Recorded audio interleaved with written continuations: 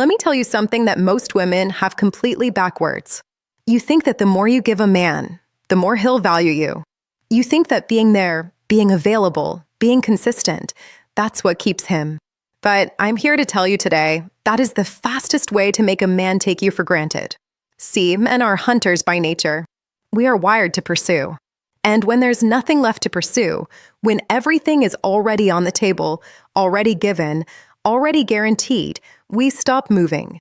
Not because we don't care, but because the chase is over. And a man who isn't chasing anything is a man who isn't thinking about you. Now here's what nobody tells women. The moment you pull back, not out of anger, not out of games, but out of genuine self-respect and self-focus, everything shifts. When you become less available, something happens inside a man's mind that he can't even explain to himself. He starts checking his phone. He starts replaying conversations. He starts wondering what you're doing, who you're with, why you seem so unbothered. That silence you created? It's loud to him. Louder than any argument. Louder than any ultimatum, louder than any conversation you could ever have. Think about it. When you were always there, morning texts, quick responses, rearranging your schedule around him, he had certainty. And certainty, as comfortable as it sounds, kills attraction. But the moment that certainty disappears, the moment your energy pulls back even slightly, that certainty turns into curiosity. And curiosity is the beginning of missing someone. Now I want to be clear because this is important.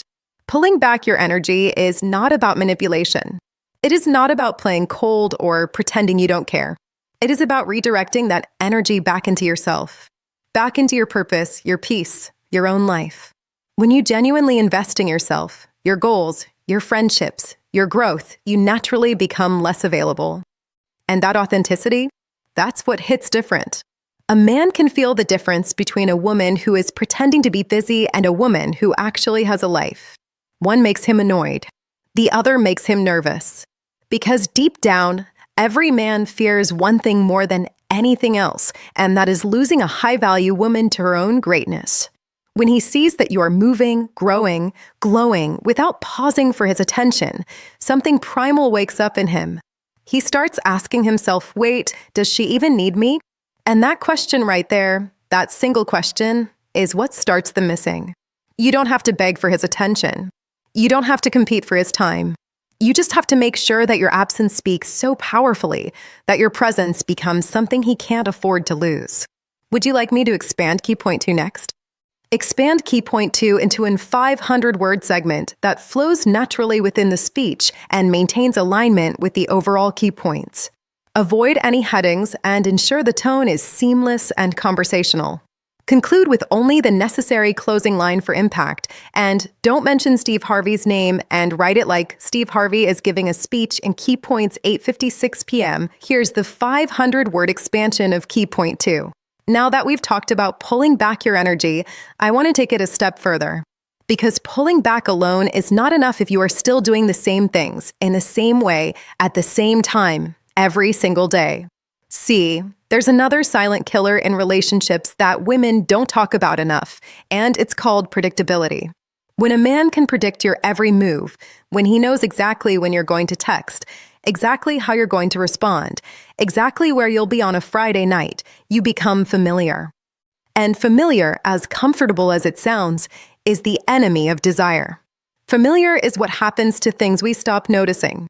Familiar is the painting on the wall you walk past every day without looking at anymore. You don't want to be the painting on his wall. You want to be the view he can't stop looking at. Here's what I've observed about men. We don't fully appreciate what we can predict. But the moment something changes, the moment the pattern breaks, we pay attention. It's instinct. When something unexpected happens, the brain wakes up. It gets alert. It starts asking questions.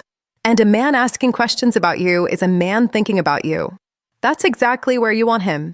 So, what does this look like in real life? It looks like you making plans on a night he assumed you'd be free. It looks like responding to his message a little later than usual, not out of spite, but because you were genuinely caught up doing something for yourself. It looks like showing up somewhere looking different, feeling different, carrying a new energy he hasn't seen before. It looks like having a conversation about something you're passionate about that he didn't even know you cared about. Small shifts, but powerful ones. Because here's what those small shifts communicate without you saying a single word. They tell him that there are layers to you he hasn't discovered yet. And a woman with undiscovered layers is a woman who stays on a man's mind. He starts to realize that he doesn't have you figured out. And a man who thinks he has you figured out is comfortable. But a man who realizes he doesn't? That man is intrigued. That man is engaged. That man starts showing up differently. Now understand this. I'm not telling you to be someone you're not. I'm telling you to be more of who you already are. Most women shrink themselves in relationships. They stop exploring new things, stop making spontaneous decisions, stop living fully because they're so focused on being available. But your fullness, your growth, your evolution, that is what keeps a man on his toes. That is what makes him feel like loving you is an adventure, not a routine. Because a man will never miss what he thinks will always stay the same. Would you like me to expand key point 3 next? Expand key point 3 into a 500-word segment that flows naturally within the speech and maintains alignment with the overall key points. Avoid any headings and ensure the tone is seamless and conversational. Conclude with only the necessary closing line for impact, and don't mention Steve Harvey's name and write it like Steve Harvey is giving a speech in key points 8:56 p.m. Here's the 500-word expansion of key point 3. So we've talked about pulling back your energy, and we've talked about breaking his sense of comfort through unpredictability. Now I want to talk about something that might be the most powerful thing a woman can do, and ironically, it has nothing to do with him at all. Because here is where most women make their biggest mistake. When they feel disconnected from a man, when they feel him pulling away, their instinct is to focus more on him, to do more for him, to try harder. But I'm telling you today, that is the wrong direction entirely. The fastest way to make a man miss you is to make your life so full, so vibrant, so genuinely joyful that he can feel it even from a distance. See, happiness is magnetic. Not performed happiness, not the kind you post just to make a point, but real, authentic, deeply rooted joy that comes from a woman who is living her life on her own terms. That kind of energy is impossible to ignore, and it is even harder to forget. Think about the women you know who seem to always have men drawn to them. It's rarely about how they look. It's about how they feel. There is something about a woman who is thriving, who is laughing loudly, pursuing her goals, surrounded by people who love her, walking into a room like she already knows her worth, that does something to a man's mind. It creates what I call the "what am I missing" effect. He starts watching. He starts noticing. And then he starts wondering why he isn't the reason for that smile. Here's the truth about men that we don't always admit. We are drawn to women who don't need us to be happy. Not because we want to feel unnecessary, but because a woman who chooses us from a place of wholeness is a far greater compliment than a woman who needs us just to feel okay. When you are happy without him, you are essentially telling him, through your actions, through your energy, through your very presence, that being with you is a privilege, not a rescue mission. And that shift in dynamic changes everything. So invest in yourself unapologetically. Pick back up that hobby you dropped. Book that trip you kept postponing. Spend time with the friends who fill your spirit. Focus on your career, your health, your peace. Not as a strategy, but as a standard. Because when a man sees a woman pouring into herself, growing into herself, glowing from the inside out, something in him shifts. He stops taking your presence for granted. He starts asking himself whether he is adding to your life or simply watching it from the outside. And the moment a man feels like he might be on the outside of your happiness, that is the moment he starts fighting to get back in. Would you like me to expand key point 4 next? Expand key point 4 into a 500-word segment that flows naturally within the speech and maintains alignment with the overall key points. Avoid any headings and ensure the tone is seamless and conversational. Conclude with only the necessary closing line for impact, and don't mention Steve Harvey's name and write it like Steve Harvey is giving a speech in key points. 8:57 p.m., here's the 500-word expansion of key point 4. Now we've covered pulling back your energy, breaking predictability, and radiating happiness from within. But I want to go deeper now because what I'm about to share with you operates on a level that most people never even think about.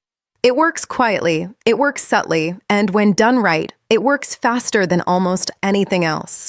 I'm talking about the power of sensory memory. And if you understand this, you will understand one of the most profound ways a woman can permanently occupy a man's mind. Here is something science has proven and experience has confirmed. The human brain is wired to attach emotions to senses. A song comes on and suddenly you're back in a moment from 10 years ago. You could just send in the air and without warning, a person you haven't thought about in months is right there in your mind. This isn't coincidence. This is how memory works. And when a woman intentionally or even naturally becomes associated with specific sensory experiences, she doesn't just live in a man's thoughts. She lives in his reflexes. She becomes inescapable. Think about this practically. A signature scent is one of the most powerful tools a woman possesses, and most don't even realize it. When you wear the same fragrance consistently around a man, that scent becomes you. It becomes attached to how he feels when he's with you. So when he smells something similar on a random Tuesday, walking through a crowd, sitting in his car, you are suddenly there. He didn't choose to think about you. His senses brought you to him. And that kind of thinking, the kind that arrives uninvited, is the deepest kind of missing. But it goes beyond scent. It's the phrase you use that nobody else uses. It's the way you laugh at something unexpected. It's a specific song that played during a meaningful moment between the two of you. It's the way a certain color reminds him of something you wore. These are not accidents. These are anchors. And every anchor you leave behind is a thread that pulls him back to you when you're not even in the room. So be intentional about the impression you leave. Have a signature, something distinctly, unmistakably yours. Whether it's a fragrance, a phrase, a playlist, a type of food you always ordered together, create those sensory connections deliberately. Because the goal is not just to be remembered when he sits down to think about you. The goal is to be remembered when he's not even trying to. When he's in the middle of his day, living his life, minding his business, and something ordinary pulls you right back to the front of his mind. Because a woman who lives in a man's senses lives in his soul. And you cannot miss someone who never truly leaves. Would you like me to expand Key Point 5 next? Expand Key Point 6 into a 500-word segment that flows naturally within the speech and maintains alignment with the overall key points. Avoid any headings and ensure the tone is seamless and conversational. Conclude with only the necessary closing line for impact, and don't mention Steve Harvey's name and write it like Steve Harvey is giving a speech in Key Points 8:58 p.m. 2/2. Here's the 500-word expansion of Key Point 6. We have covered so much ground today. We've talked about pulling back your energy, breaking his sense of predictability, radiating happiness that has nothing to do with him, leaving sensory impressions that follow him into his everyday life. And now I want to bring it all home, because everything we've discussed leads to this final and most important point. Because you can do all the right things, carry all the right energy, move in all the right ways, but if you don't understand this last piece, none of it lands the way it should. There is a difference between a man noticing you are gone and a man genuinely missing you. And that difference is everything. See, absence alone does not create longing. Plenty of people disappear from our lives, and we barely think twice. What creates missing real, deep, can't shake it missing is incompleteness. It's the feeling that something was left unfinished, that the last chapter didn't quite close, that there was more to experience, more to feel, more to discover, and it got cut short before he was ready. This is why how you leave a moment matters just as much as how you show up in one. When you are always the last to go, always the one who stays until the very end, always available for one more hour, one more conversation, one more moment, you give him the full dose every single time. And when a man gets the full dose, he feels satisfied. Satisfied men don't reach out. Satisfied men don't lie awake thinking. Satisfied men move on to the next thing. But a man who only got a taste, that man cannot settle. That man keeps coming back to the feeling of wanting more. So practice the art of leaving first. End the phone call while it's still good. Leave the dinner while the energy is still high. Cut the conversation short right at the peak, not coldly, not rudely, but with warmth and confidence. Let him feel the shift in the room when you decide you're done for the evening. Because that shift, that moment when your presence withdraws, is when he realizes how much space you are actually filling. And people never truly understand how much something means to them until they feel the room without it. This is not about being difficult. This is not about withholding love or playing cold. This is about understanding your own value well enough to never overstay your welcome, even in moments where you are deeply wanted.